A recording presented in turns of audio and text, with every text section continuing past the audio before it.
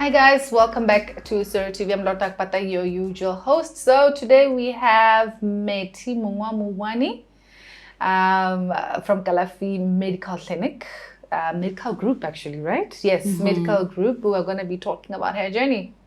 You know how we do here, we do inspiration, we do inspiring conversations, impactful for you to learn and know you can do it too. Yeah.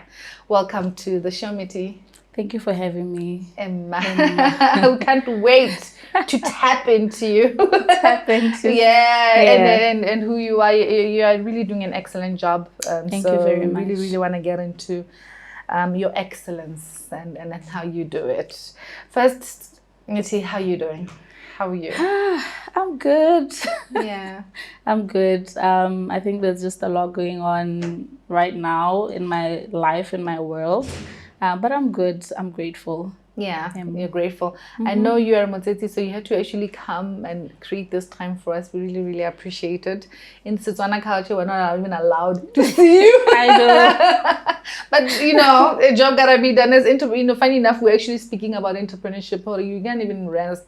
How an entrepreneur, you know? Not at all. Yeah. Not at all. Like, business never sleeps. It doesn't sleep, you know, and you are still running the show. You're still running the show. You're still getting the calls. You still need to make sure things are getting done. You know, there's still challenges. They don't stop.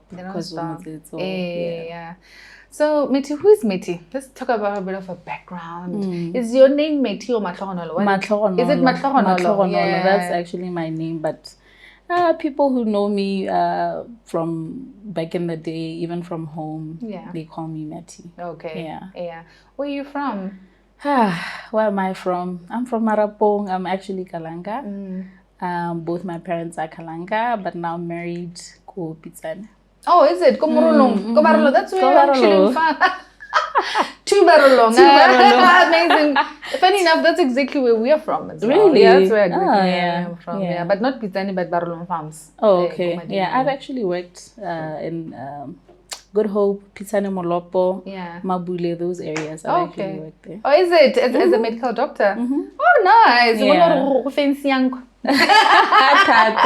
I love it. Very fancy. So that's where you're from. Do you have siblings? Tell me about your upbringing in Marapong. Yeah. Well, I didn't really grow up in Marapong. My mother is a social worker by profession. So na berekela government. So we were moving a lot, you know, transfer and so forth. So I think the earliest I remember like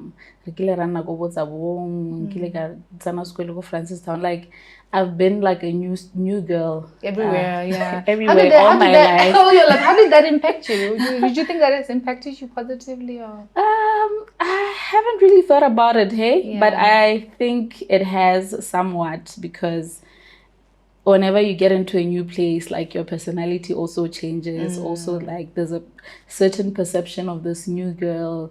So I always just used to experience that, hey, new girl. I remember when I was, because I schooled in Masunga as well. I get to Mohaburoni because primary school. Started standard 1 to 3. I think really 1 go Tabong, and then part of it I did go Francis Town Nyangagwe. Standard 1 to 3, and then 4 to 6. Komasa, primary school, go phase 2, and then I moved to Masunga because Nera transfer to Masunga for my standard 7. I remember getting when you know Musho Tango Tropo. That's a whiskalaka. You know, and you know how kids can be mean. Yep. I don't know if you know, Nkwa means Mosara. Oh, is it just because you're light skinned? Just because I'm light skinned. Yeah, I get when I'm out on town, you know. And you know how when teachers would always like, yo, hey, how about this top, how about the stars? Gosh, village vibes. Village vibes, yeah. So I think it has somewhat impacted me. Because they criticize you, hey, what's a tropong and all that. And then junior school, I did both Komasunga and Komatangwane. Like I've I've been everywhere. And then senior school, went back to Masunga Senior School, and then came to Varsity UB. Oh yes. Tell me, how did you get into the medical career? Okay. And what inspired it?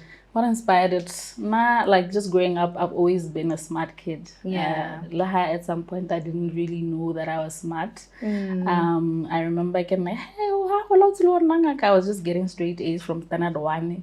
I didn't like effortless. Yeah. Even my standard 7, I think I only started realizing what I'm smart. Junior, because even standard 7, like it was just so normal for me. Yeah. And I remember even go primary school during career days. She's gonna be a doctor. She's gonna learn. When I grow up, I wanna be a doctor. She like spoken to you. Yes, it's something that I just grew up knowing, and it became a part of me.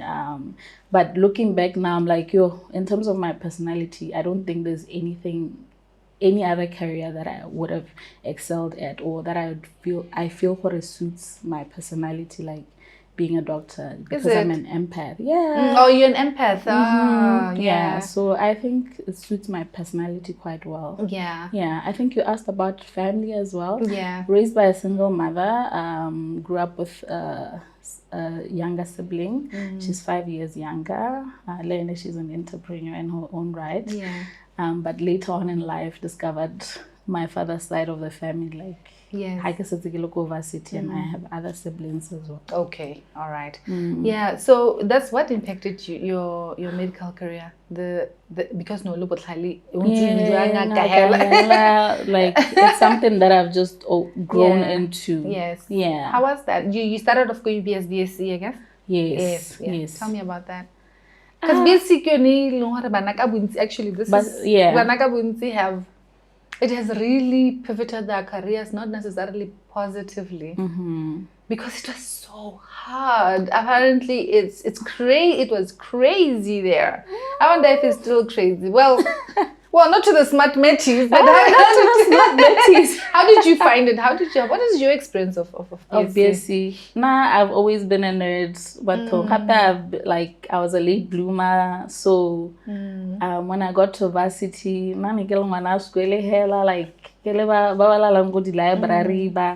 so I didn't really find it difficult. But the thing about it is, because it was my dream that I was gonna go to these these elite schools, Harvard and overseas, because and so forth. And unfortunately or fortunately for me, now looking back, it was a good thing. That's when the School of Medicine was starting. But BSc for me, I think it was just good. It was just breezy, because like you're saying, because my life was just school and church. So you did your medical degree go UB? Yes. Oh, right. So the very first group, guinea pigs. Guinea pigs. How was your experience? I think because it was new and there was just a lot of controversy around it, because at some point go bus ranking. Now, like we used to talk about bus ranking. UB has 2 semesters, right? Now we had 3 semesters, now the winter. So it was just so completely different. I remember some even quit along the way. At some point, really. You were tempted to? I was tempted to, because it's not accredited. Hey, what? So it was discouraging for the students. It was very discouraging. And also just knowing how to go in other universities. I remember there was a huge debate around that. The cadaver is like dead bodies. Yes, I remember. And we didn't have people who were volunteering themselves to be cadavers. And also I think legal issues around that, because no Botswana we don't really have that. So Nerutwagadi model, which is something that other universities were doing at the time, and more universities have moved to doing even now. So, but because it was new, we could no question the whole thing. It felt to me like everything that I had worked hard for, like that dream of going overseas, I had just been crushed, because they were like, top students, lona la go lesala mo Botswana, because from that group, there were some students that actually went overseas to other countries. It's so interesting how they took the top students for the local one. I guess they wanted to bring the best. That was the strategy. A cohort of the best. And so you graduated? So graduated in 2014 and then did my internship. So how it's you do a 1-year internship, and I did that in Scottish Livingston and in Ramotswa, half of it, and then half of it in Ramotswa. And we get 2015, and then we get post-diwa. So you get posted to anywhere. So I got posted to Pisanomolopo. I went there, the youngest to the clinic. Yes. I was the manager at clinic, the youngest person in the clinic, and I was working with midwives, like people who were older than me. And being in that space is actually what propelled me to get into what I'm doing now. Why? Because that's where I learned to lead. You are thrown literally in the deep end. I was thrown in the deep end. Manager Who've been there for years. Who've been there for so many years, but they were so supportive. Amazing. Like I was working with like 6 midwives, the one who was in charge, and it was just an amazing experience. And living in the village, you know,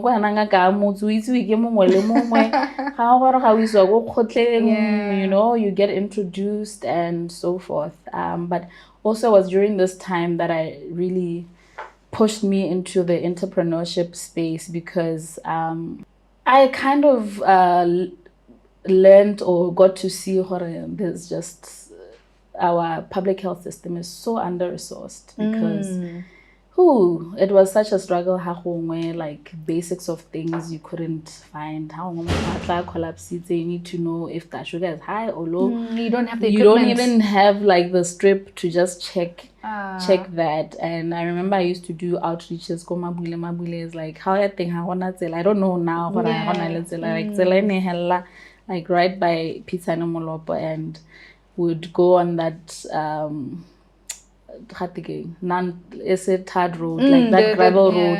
And I remember one time we got stuck in ambulance because it was raining. And I was just like, and you have to go and save a life. And I had to go run clinics that side. So you're running the region basically. So I was doing like some of the clinics. I'd also go to the hospital, Good Hope, to do call there at the hospital. This must have been an amazing experience for you, I can imagine. It was. I call it the making. That's the part of my life that really made me into who I am now. Leadership. Like now, you're just not managing the one in your local region. It's the sub ones as well there that you had to. So tell me about when you were stuck in the middle of the road. How did you guys handle that? I was stuck with the driver in the middle of the road. He had to go find people Bamotse to come and help. In the rain, in the rain, because it was stuck. So I think somebody came out, push up because it was ambulance. Eventually it was resolved. But in that moment, just being there, watching this happening, I'm like, how old was I? Probably 26 years old. I'm just at the beginning of my career, and this is my life. This is what I'm going, like, I think that's when I decided, you know what, I need to be in a space where I can actually be impactful and I can actually make the decision to change. And have resources to actually help people, because I want to feel helpless. Because you can't do anything about it. So that was your pivoting moment when you were stuck in the middle and you're like, there's nothing I can do. That's when I decided, you know what, I'm gonna leave. I'm gonna go into private, because my dream had always been to have my own clinic. And is it? Yes. As a GP. And be able to, practice medicine without really compromising, where I'm not under-resourced. That's when I decided to leave. I think it was after a year of practice as a medical officer in the public sector. So you won't believe what I did to when I left. I just looked up clinics, all the private clinics in Gaborone. And I called each and every one of them. Even part-time. I was willing to leave for part-time because in my mind I needed to go and learn how it runs. So you wanted to get inside first. Yes. But you knew one day you're gonna run your own. Yes, I knew one day I was gonna run my own. So yeah, and then I came across AO. I don't know if you know AO. I actually worked at AO. That was the first place. No, AO. Yeah, it's in KB Mall. Yeah. So when I call them, they're like, actually come in for an interview. They're like, we're actually looking for someone permanent. And then I got the job. I had to take a salary cut from what I was used to in government. But for me at the time, that was fine because I wanted to learn. Yeah, the end goal was to learn, not to earn. To earn a big salary. Yes. And, and the lesson here, that I would like to really highlight is first, if you want something, you better make an effort to do it. Make the phone calls. You're like, you called the whole Gaborone. I didn't have to wait for an advert. And also to take in the salary cut. For you to pivot your career, sometimes that's what it takes. Sometimes that's what it takes. Yes. Knowing where you're going. I know nowadays everybody's like, I know my worth. We all know our worth, but sometimes you have to take what seems like a loss for a gain. That's much like bigger picture. For the bigger picture. So you had a vision. Tell me about your journey as a GP. So I always say that time of my life I must have been high on something because it was just so I used to work 12-hour shifts, go AO, like that's the clinic that I would work at, and I took locums like part-time because in my mind was like, I need to learn everything there is to learn. Hospital and private. So I used to do locums, go Bokamo. What does locum mean? Look, like part-time, like you just go there as and when they need you and when you're available. You're not permanently there. But that was the experience you also needed in private clinic, in a private hospital and a private clinic. Because also, like, remember, I'm young. I still need to figure out what I really want. At some point, I go medical schooling.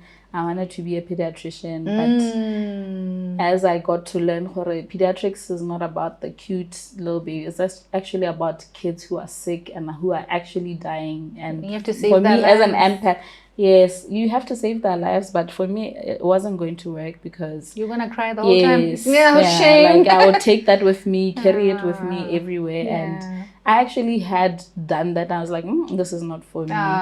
Where you don't know what to do for the child, and there's only so much you can do. You don't know what to. You do everything that you can do, but sometimes it doesn't work out. Like how it happens in anything. In anything, that's why doctors will be like, we did everything that we could, and those are things that become very traumatic to you as well. So I was still figuring out what I really wanted to do. So I used to work like 12 hours. We get to room 6 p.m. Knock off 6 a.m. Where to the GP? Go straight to Bokamoso. Go straight to the hospital. Sometimes I would work until 4 p.m. or just go home back and go back to the clinic. I was like I cannot do that now. At 26 it was doable. I guess it was. Because of the energy you had. I mean, but you did it. For how long? Did it. I did that for almost a year. And then it came time where you qualify for a private practice license. I was like, let me just apply and then see what I'll do with it. I was just gonna keep it for whenever I'd be ready. And then I think that's when I decided, you know what? I'm going private. I'm going solo. Like, there's no need to wait. Like, the experience that I thought I would get, I needed to get on my own because, like... You wanted to just change do it differently. And I was like, why wait? Because I had told myself I was going to do that for 5 years. And then I think even people around me, that's the time also I met my husband. And he's like, why wait? I was like, why wait, honey? You met him, when did you meet him? When you were still at GP? Yeah, and then that's when now you guys started aligning for let's and then tell me about the opening. You registered for a private thing, and then and I had like some money and savings. I remember I traveled to Pretoria to buy the first equipment for the clinic.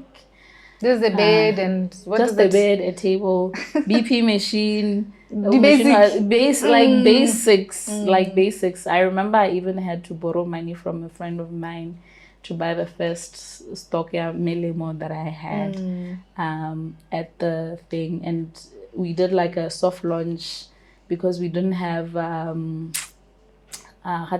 like deco for the clinic. So we asked family and friends to bring like deco, and that's the deco that we used when you launched. When we started. Oh, when you started, yeah. At the clinic. Where was the clinic?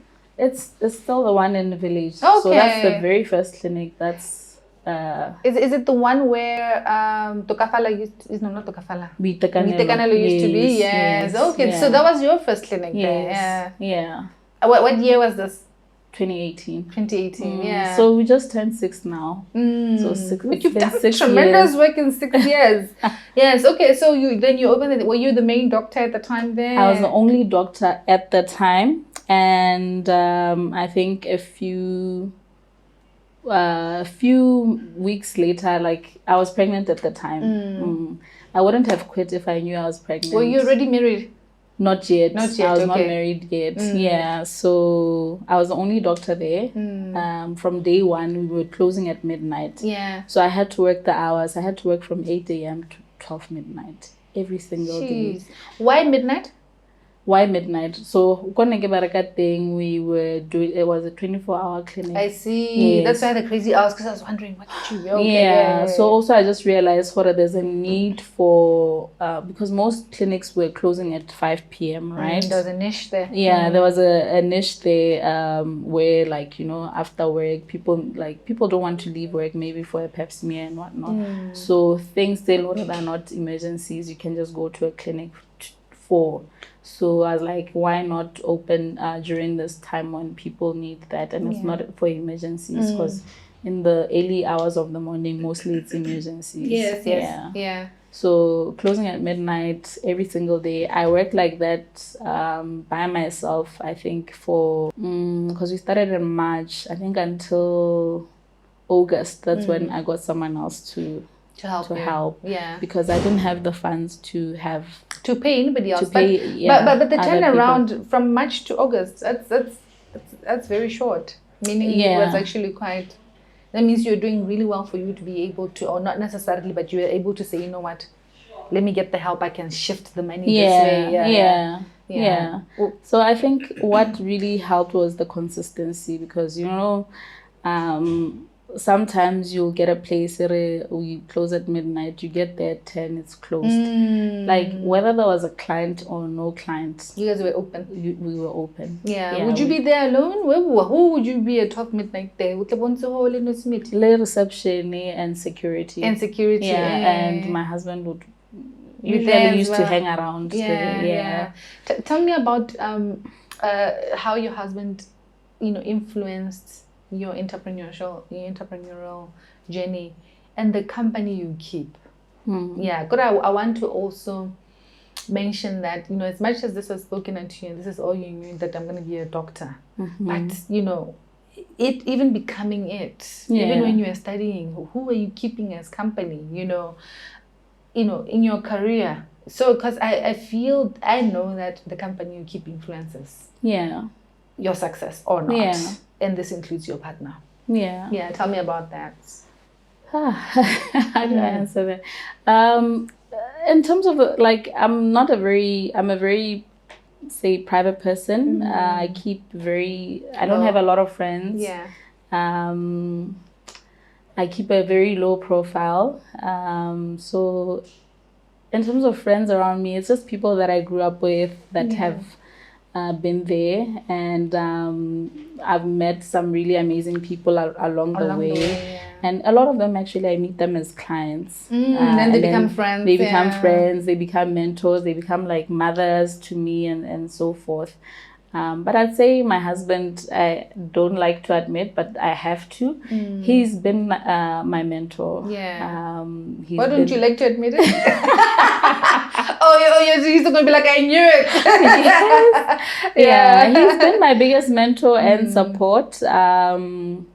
He has been the person that has been there for everything. And I wouldn't say like I've had role models growing up, and also I wouldn't say I've had mentorship, and that's the one thing that I feel like in this journey I've really lacked. I've really longed for. And because it's tough. Entrepreneurship is tough. It's really tough. Yeah, you get into it, you coming from this place where you're getting a comfortable salary, and you get into this space where you don't know where your next check is gonna come from. What is it called? Is it called medical entrepreneurship? What is it called? Where you are an entrepreneur, but you're also a doctor. I know, or not necessarily an entrepreneur, or you can even become a CEO of a hospital. Yeah, versus practicing. Yeah, I do both. You do both. Yeah. I mean that is really, really interesting. That there are probably doctors out there wondering how you guys do it. Where do you think you have to have the entrepreneurial spirit in you? Where do you think it comes from? How can they also just know how to be the entrepreneur or be the CEO of a hospital as a doctor? Besides, because it's a different skill altogether. Well, I think first of all you need to have passion for what you are doing. Really know your why. Know why you're doing it. Be passionate about it. And secondly, you need to have a vision. Because if you don't have a vision, you won't know which direction to take. Yeah, because whatever like trends come and things change, and it's really, really, really, really challenging. So I think that's the most important thing. Like, be passionate about it and know your why. And have a vision. Like, know where you want to get it. Because along the way, if you don't know where you're going, like if you can't see your end goal, you will get discouraged along the way, because when you're going through it and it's messy and it's chaotic, it's very easy to say, you know what, I can't do this anymore. Let me go back to, because I can always get a job anyway. That's the easier route. An employee. This thing I cannot do anymore. Amity, we're going to take a break so that we can have a glass of water. Guys, we'll be right back.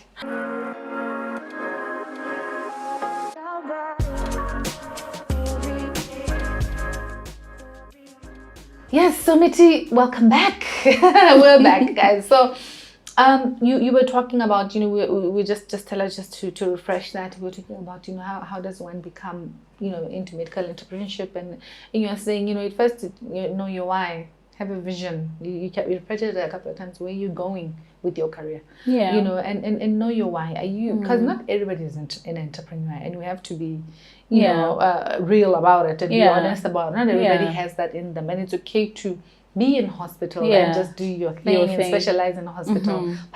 But have the vision. This is me in the hospital. I want to be in this hospital for so long and whatever, despite the crazy hours. And I wouldn't say I have it in me either. I've had to learn. Like, it's really, I think entrepreneurship is really mostly about learning about yourself and that personal growth and development. You get to actually discover it. That's what you're saying. I remember my brother when he became an entrepreneur, he used to also be employed at the Botswana. When he became an entrepreneur, he's like, I discovered that I'm an entrepreneur. He actually didn't know he had it in him too. And you just have to just dig. Dig deep. And most it's really a journey, to be honest. I wouldn't say there's anyone who can say they have it, or they have it in them, or they are at that point where they're at that, maybe there are people who are at that peak, but it's something that is, it's a continuous process. It's really growth. You keep evolving. You keep evolving, like with the times, with everything. You learn new things change. How did you come up with the name Kalafhi? Kalafhi. It was a team effort, honestly. Like I said, between you and your husband? Yeah. Going back and forth with it? Yeah, going back and forth. We had to make a list, and Kalafhi was just resonated, yeah. Because Kalafhi means to heal or to cure. Yeah. So, and we wanted something Sasfana. We had a few English names, but I feel like Kalafhi really hit home. Yeah. And yeah, that's what we wanted to do with it, like a place of healing. Yeah. Yeah. So you opened Kalafhi in 2018 at Village. And how was business? Did business start growing? Because you did say, the thing is, I actually focused a lot during those few months. Yeah. Is that when I say I'm closing at 12, I'm closing at 12. 12, yeah. That's also a lesson here, that we need to highlight. Yeah. Consistency. It's very, very imperative. When you're saying you were pregnant, and it's hard. Can you imagine how hard? It's very hard to be pregnant and having to work those hours. Yeah. But you did it. Yeah, and it's your first baby. And you don't know anything about it. As much as you're a doctor, like... I know we don't. It's still scary. You also go through it.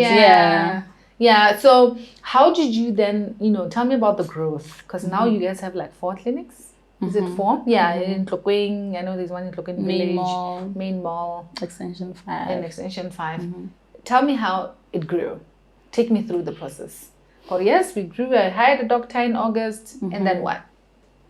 Yeah, so I hired a doctor in August because I also had to go on maternity leave around that time. And then came back. I think that time, August, when there was 2 of us now, that's the time, August, September, that's the time that we really saw a peak, like a rise in number of clients. Why do you think there was a rise there? So with health, it's seasonal. There's certain times when there's a peak in something, like during your winter. Peak? Yes, during your... Because I think at the time there was an outbreak, diarrhea and so forth. And with parents, and then you bring them. So that's when we started getting more traffic to the clinic because of that outbreak. And also did you market it a lot? Did you do aggressive marketing? I did, but it's not really allowed to market. Is it? Yes. Yeah, just like us, we're not accountants also. Yes. We're not allowed so to. I wouldn't really call it marketing, but what we did was we did a lot of free screenings where we just wanted people to get to know about us. Would go to malls, check people's BPs, would go to different... You didn't do like billboards and all that? No, different departments, do the screenings, and that's how we got people to know about us. Yeah. And memory is a slow process. Sometimes you're only going to reap the results later on. Yeah. Yes. People will remember, there's that place. Like a midnight. It's like I guess it's also part of entrepreneurship. That's how it starts. Yes. That's how And I think at the time, just getting the feedback, people were really loving the fact that it's a clinic, because people were not used to that. Like 2018 is just yesterday. But at the time, people were so used for a private, thinking, it has to be a foreigner. My name, like when they hear Dr. Mongwa, they're expecting this man. Or some Kalanga. Or some foreigner. Yes. Oh, I see. Yes, because I'd always even get that. The actual doctor's gonna come because also at the time I was still really young and tiny. I am. Yeah, Did you actually get that challenge sometimes? But I believing you. Did you tell me about that experience? Yeah, I did. Like at some point, people would like even after you introduce yourself as the doctor, they're like, so like they would always refer you to me as a nurse, and sometimes people would get in there, but say too sure, but. Because I, in the consultation room, I know my thing. I know what I'm doing. Like, Then they're like, actually, she knows her stuff. Yeah. And also, it's not just about knowing the medicine. It's also how you make a person feel comfortable. Yeah, make them feel comfortable, make them feel like this person is really trying to help me and make me feel better. And for me, I've always just loved that. Like, I get so much joy when I'm able to do that for a person, but not to I know, but I get you in terms of, because what you're saying is in the medical world, particularly as being a doctor, your main thing is to make the patient comfortable. You know, it's more challenging when you're younger because everybody's used to older male. I mean, these are real. These are real issues. And also people look at you, and when I go, but actually, like, I gravitate a lot towards the elderly, and they gravitate a lot towards me as well. So like, it's a special area of mine as well. Like, it's really close to my heart. To be able to help them. And then, So you grew. I still have people about Zongo Pizza and Moloko wanting to come see me. Like, it's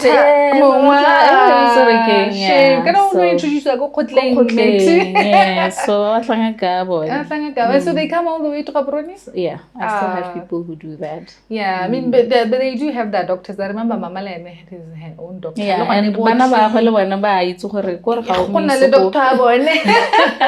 And it's really beautiful. To always see them and come in. And so tell me how we got to grow. And then so we started just growing, and I think at that time we also needed to identify what our vision, like, not the vision, what our objectives were, because you're getting in, you're still learning the ropes. And then we decided our number one goals are excellent customer service. We wanted to excel in that because we felt like it's something that's really undersupplied in our country, and we really wanted to give people that experience. And the other day somebody was like, I now understand, having been to one of your events, when you talk about that experience, what are you referring to? Just, person leaving feel like they were VIP. Yes, and they are. They were, and they are, because at the end of the day, they are the ones who are paying for the bills, for everything, for each and every one person who's there. And if everybody in the company can understand that, it makes life so much easier. How do you make your team understand that customer service experience that you're saying? What you're saying is the first thing that you did. Objectives, customer service experience. This is a huge issue in Botswana. And I know I always have such a bad experience everywhere I go. Feeling so frustrated because our people don't understand. And so tell me, how did you do that? And let's share the importance of this. I think for me, it's you need to practice it yourself. Lead by example. Yes, lead by that example, because it doesn't matter. Like, sometimes people wouldn't know that I'm the doctor. Like, I can do reception. I can do whatever it is that the patient needs or the person needs at the time. I can be like, I can't do that, or whatever. Lead by example. And we really invest a lot in training, customer service training. Like, that's the one thing that all our employees get constantly. You like revisit it all the time. Revisit it. And we're very big on feedback. We need to know how the feedback. Because sometimes you'd think, you've trained people, this is how things are supposed to be happening, and then somebody doesn't, the experience is different. So it's very important for us to get that feedback. How can we improve? And that feedback has been what has really helped the business to grow. Just listening to our clients, and doing what your clients are asking for. Because at the end of the day, it's about them. It's not about Dr. Mongwa Don't make it about yourself. You made it about the clients. Very much client-centric. Like, that one, we don't joke with. So that's how you started growing. That's how we started growing. And also, Hela, like, we wanted to just also change this narrative. You know, back in the day when you used to go to the doctor, you could wait for Hours. That's true. So it's something that we wanted to change as well. So at any point at all our clinics, the doctor should always be there. Like there should never be a point where clients have to wait for so long for a doctor. And it's one of the things that we use as a monitoring tool to see how well we're doing as well. What are the waiting time? How long do people actually get to wait? And when clients are this is even between the clients. We take it very seriously. And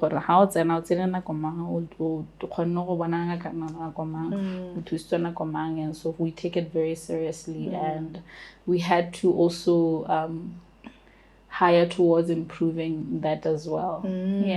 So 2019 we opened our second clinic in Main Mall, and then I think that year we opened 2 clinics. We had another clinic with Village, but we ended up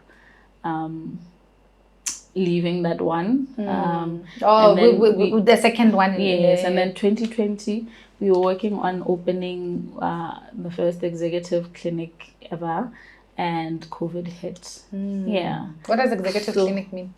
Executive clinic, so all our clinics delay first come first serve. So executive clinic was to really cater for those busy professionals, people who can't come and wait, and you need to come in at 10 a.m. and be done, be seen at 10 a.m. and be done and leave. And it was also focusing more on corporate clients as well. So we were working on that, and then COVID. And that really disrupted a lot of things. And when we started, the vision was to have as many clinics as we can. So we wanted to start in Gaborone. That's why we have multiple in Gaborone. Start in Gaborone. Then other places. Then branch out to do it very well and just replicate. But COVID hit, and we saw that there were a lot of changes in the health space, and that forced us to pivot and also have a different vision. That's when the hospital came about as well. So now we're working on a day hospital project, and it's opening soon actually. Where is it? It's in Fairgrounds. Nice. It's gonna grow like that one at is it opposite what is it called again? I forget it. Medlane. You think it's something like that? Yeah. It's much bigger. Amazing. Because I know Medlane have opened something behind there also. But bigger than that. Oh, amazing. In Fairgrounds. Yes, amazing. So we're opening day clinic, you say? Day hospital? Day hospital. So we're opening actually in the next 6 weeks. We should be open. So Mitty, this is something that we need to be candid about. When you're managing a business, the money that goes into the business is the one that is growing the clinics, the growing the business. The importance of separating yourself from the business. Let's speak about that.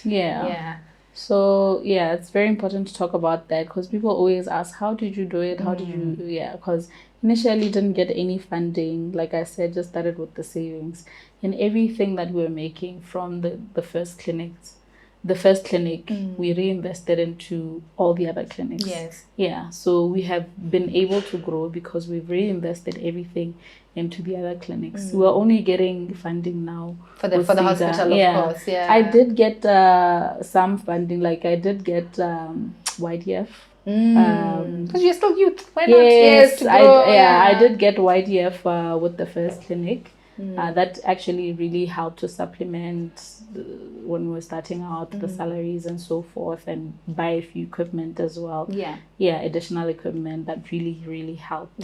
But in terms of like getting a substantial amount of funding, we're only getting funding now for the hospital with CEDA. How many doctors and employees are you envisioning on having on this one? And how many beds? It's a 12-bed. So day hospital. So what we'll be focusing on is non-invasive procedures, where you can do a surgery and go home same day. And that's where the world is going. Last year we actually went to the US on a benchmarking Yes, exercise. I saw that. Is it Beverly Hills? Yeah. No, it was actually 3. We went to Mass General associated with Harvard. Yeah. We went to Mayo Clinic. It's the best in America. What Number clinic? 1 Mayo Clinic. Where is that? Yeah, it's in Minnesota. In the Minnesota, US. yeah. So we went to all US. So top 3 in the US hospital we went to benchmark from. And actually, because of COVID, shifting and looking at preventative health care, where we are focusing more on preventing COVID. not COVID, like just all conditions, preventing diabetes before it becomes, preventing hypertension, because the treating part is very expensive, and even for the clinics themselves, or even for the patient. For both, for the patient. Yeah. So you're becoming cost effective and efficient. Yes, for both.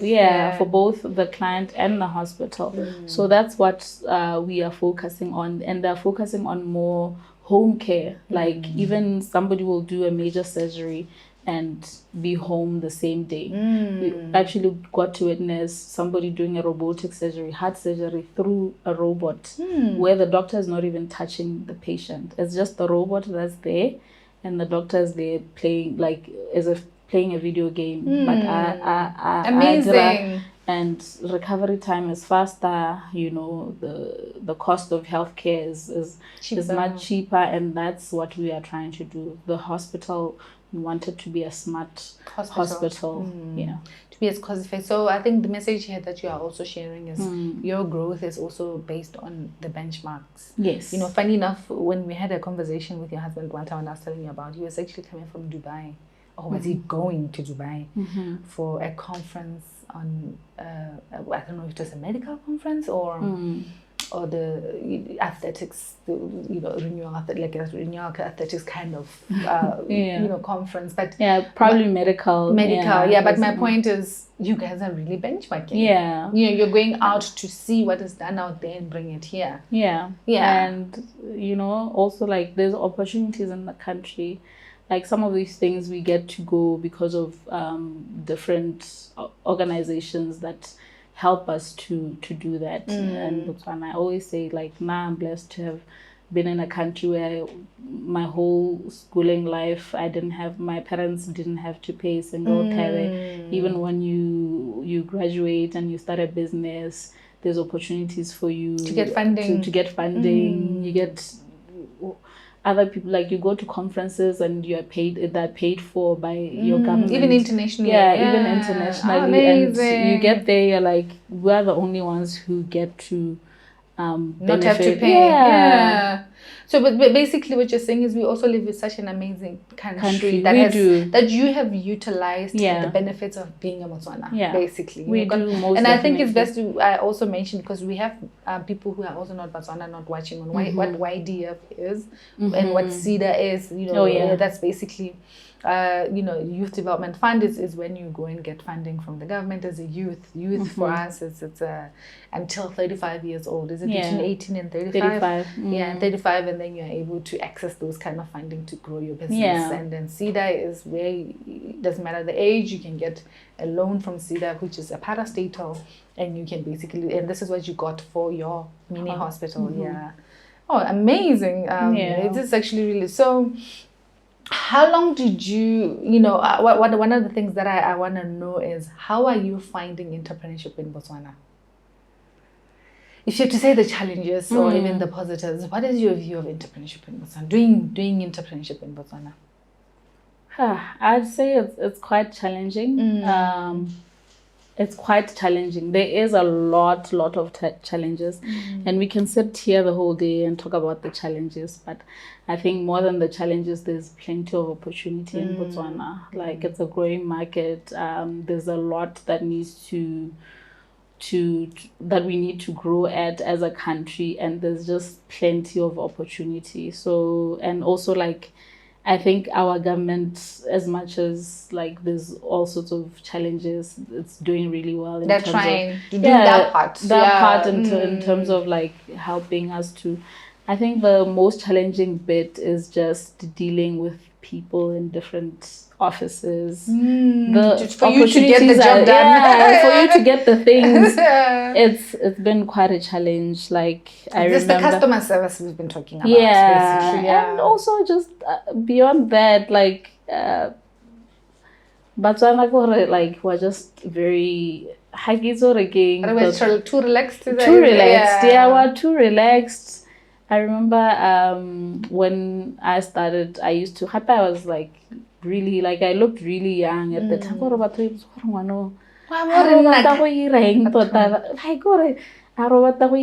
You understand, like you're trying to explain, no, I want to have multiple clinics. Actually, by the way, what we've done is not even allowed in the country, but we had to work around it in terms of getting, because I'm only allowed to have one clinic. I'm not allowed to have multiple clinics. I think now, maybe this year or next year, that's when they will allow that.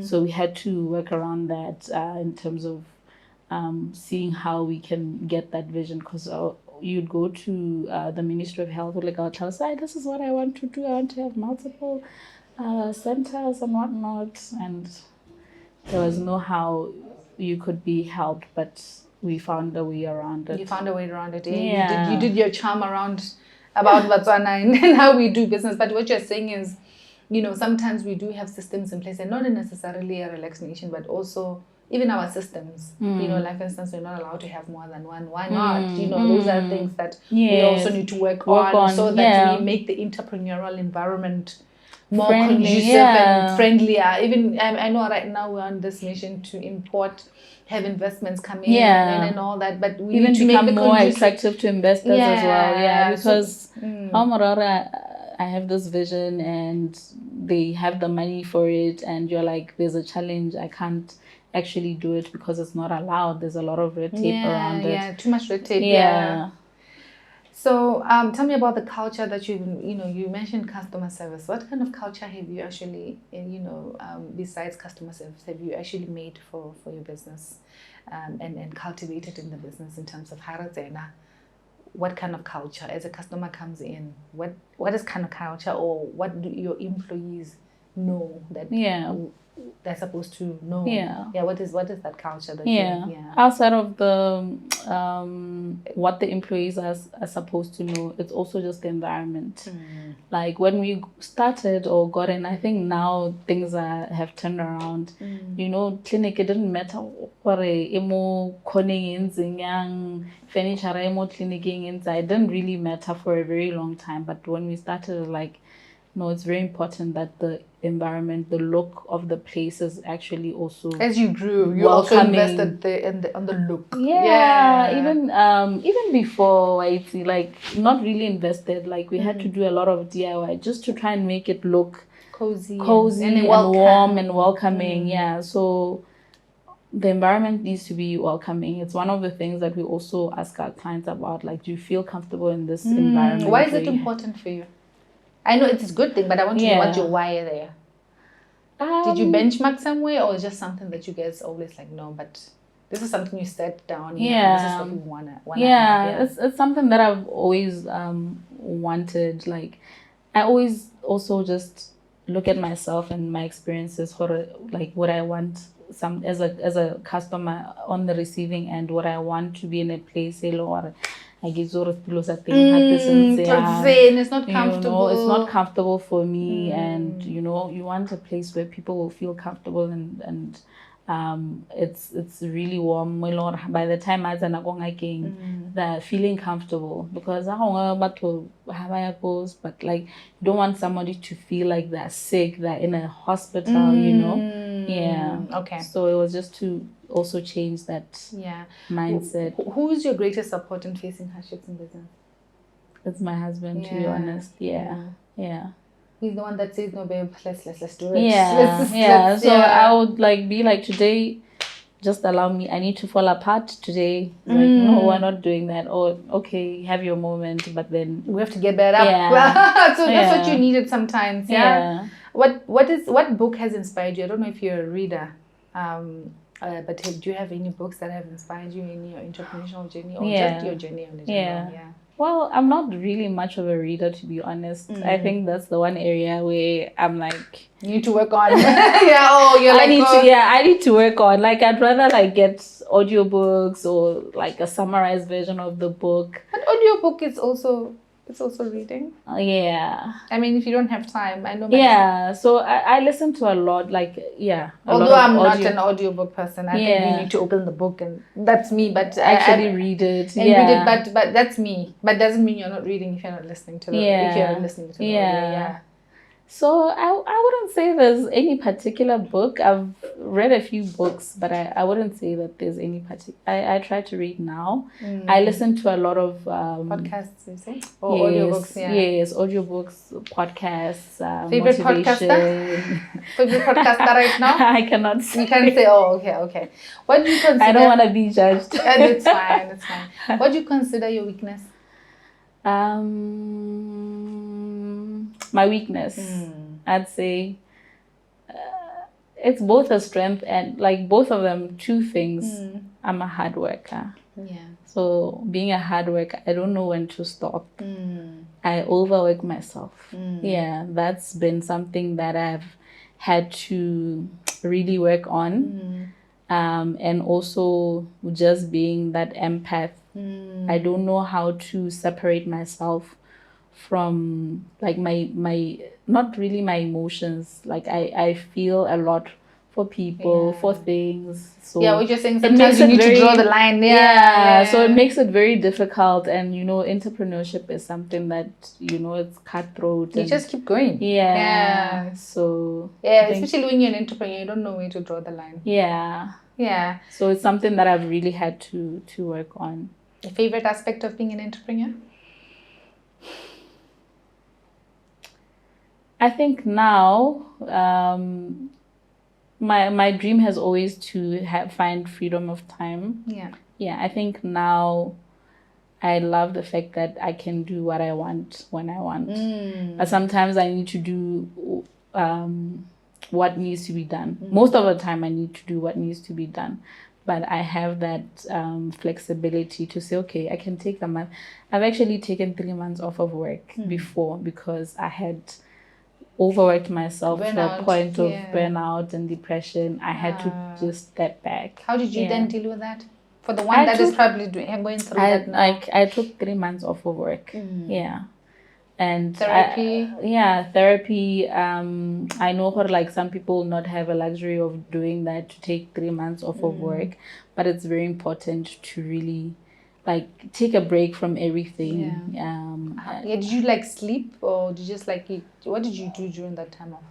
During that time off, I started just rediscovering myself, because also the journey of entrepreneurship, you're questioning yourself. What am I doing? Who you are, what you're doing. I had to rediscover myself and really get to meet myself again, because you get into this thing and it's just go. And you really just don't like how almost like you're on autopilot. So I had to really like do the simple things, take walks. I traveled, go to the beach, sleep, don't do any, learn to not do anything. And you did therapy too. So therapy also helped you. It really did. What motivates you? What motivates me?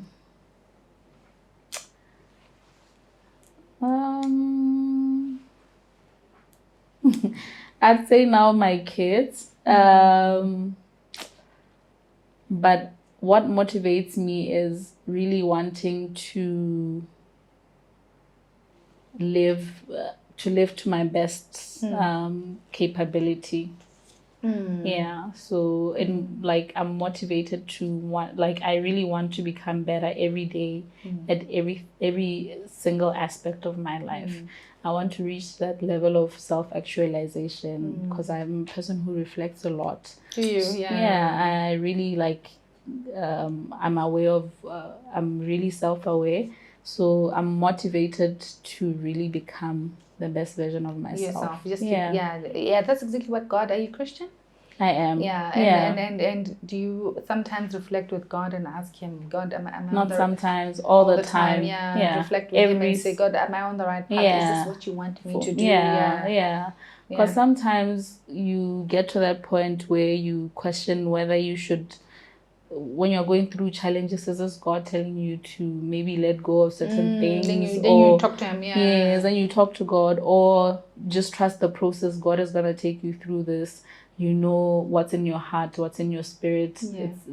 It's not a coincidence that you're doing that. Yeah. Do you think you're doing your God's calling? I am. Yeah, I don't think so. I know I am. You know you are. Yeah, and you guys have spoken about this. Yes. You and him. Yes, most definitely. I am. Tell me your greatest inspiration. My greatest inspiration, as in what, like?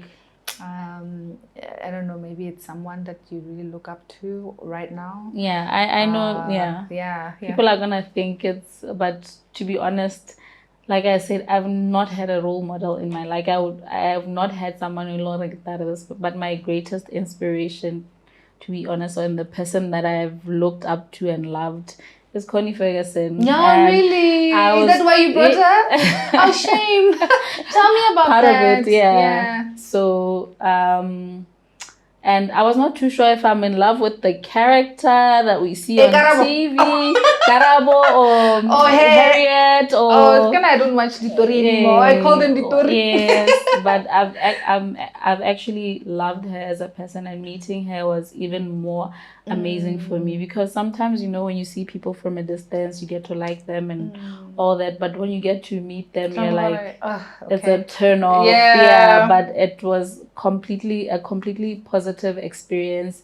And also just listening to her speak at the event, you know, I was like, I can see myself in that woman. Like, now I understand why I was so drawn to her, because her sharing her experience of the things that she had been through as a wife, in the business space, I could really relate. I was like, okay, I'm not doing this alone. I'm not alone. I can actually get through these things. And it was really a validating moment for me to meet her, and like a really dream come true. You know, we're about to wrap it up, and I want to just ask you this question on, you know, there are some aspiring doctors now, you know, children at UB, also mine, wherever they are, wanting to be medical doctors, and they're in it, they're inside. What is your word for them right now? My word for them is really same thing, like, know why you're doing it, because if you're doing, like, do it for the right reason. If you're doing it for money, there's no money in medicine. You need to have that passion for it. You need to have that passion for people and for helping people. It's the thing, like, you need to be sure that it's the thing that you will do and it will fulfill you, like it will fill you up, not deplete you. And this is for the medical students, basically. And then obviously now for the woman, it's Women's Day. We're shooting this on Women's Day, guys. Happy International Women's Day. Happy International Women's Day to you too. I mean, such a great timing that I'm shooting this today. Great timing. Even for me, I was like, I need to do this on this day. Like, what can I say to the women today? Yeah. Although this is gonna be, you know, posted much later, but it's fine. But it's fine. Yeah. What would you say to the young woman or even the older woman? You know, what have you got for them? Whoever would care to listen, I'd say, first of all, you're beautiful. Love yourself, because as women, we criticize ourselves so much and neglect ourselves, and it's something that we really, really need to be intentional about and learn to really take seriously and mean it for ourselves. And you know, a woman can do anything that she wants to do or puts her mind to. So you can do whatever it is that's in your heart that you want to do. The most important thing is to just start. Just start. And everything else will. Start and be consistent. Just keep going no matter what. Like, I wouldn't say I always say, like, I don't like to be in the public space much because I don't feel like I'm there. But it's a journey, and I'm somewhere in this journey, and I feel like there's still a long way to go. And I feel like everything that I'm experiencing, especially the hard times, it's just my story being written. So just keep at it. Just keep I wouldn't going. say I'm perfect or I'm doing so great at it, but I keep. So basically what we've learned today, Matty, is when you're going through it and it's rough, have somebody that can remind you to get up. You know, have that somebody, or have that support system. It doesn't necessarily have to be your husband, it could be your sister, it could be anyone, a mentor. Like, it's very important, like mentorship. I think that's also one thing that I wanted to highlight as well. It's very important to try and identify that person who can be a mentor for you, because it's super important. It's one thing that I really yearned for. And you couldn't get around, and I couldn't get around. And outside of that support, really have that deep belief in yourself and in your God. And just connect with God. Matty, you've done an amazing work for your age. I mean, now I'm calculating. You said 2018, you were 26. I was busy calculating. Okay, 2024, how old is she? Probably 32 now, 33. 34 now. 34, you know, and look, you've opened how many clinics now, you know, and it's doable. And you don't even necessarily have to be a medical doctor. What you're saying is just have your vision, get it done, do it, and just keep going. This is what you're saying. You know, the doors will sometimes be closed on you. It's gonna be hard. It's gonna fall apart. It's going to fall apart, and just get yourself back up. You know, cry like you're saying. You said to your husband once, "Please let me fall apart today." You know, I can't be strong anymore. Because men actually deal with things differently than us. So that's why I was very. They're logical. It's very different from us. So this, problem solvers. Problem solvers. So let's get up. Let's go. You know, women are built differently. So it was imperative that you also shared that. No, I want to fall apart. I had burnout. I went to rest. You know, if you don't have the luxury of resting for 3 months or going on holiday or whatever, take a few days off and rest and just do the small things that will help you get back to yourself. And know yourself. Keep reflecting who you are. Don't lose yourself in the process. Especially when you have kids and family. A lot to juggle. A lot to juggle as women. But thank you so much, Matty. I don't know if you have any parting words, but we are done. I'm so grateful for this. Like, I believe in like everything happens for a reason, and things fall into place. So I'm really grateful for this. It just came out of nowhere, and I'm very happy with how it went. Thank you for thinking of me. No problem. You're welcome. I mean, I was like, oh, Matty, we need to tap on her. But thank you so much for agreeing. I know now you have to go back to your Mutsetsi baby. Sorry about that, but thank you for having us here. All right, guys, thank you so much. I hope you enjoyed this as much as I did. I mean, a lot to learn today. Bye for now, and happy International Women's Day. Bye, guys.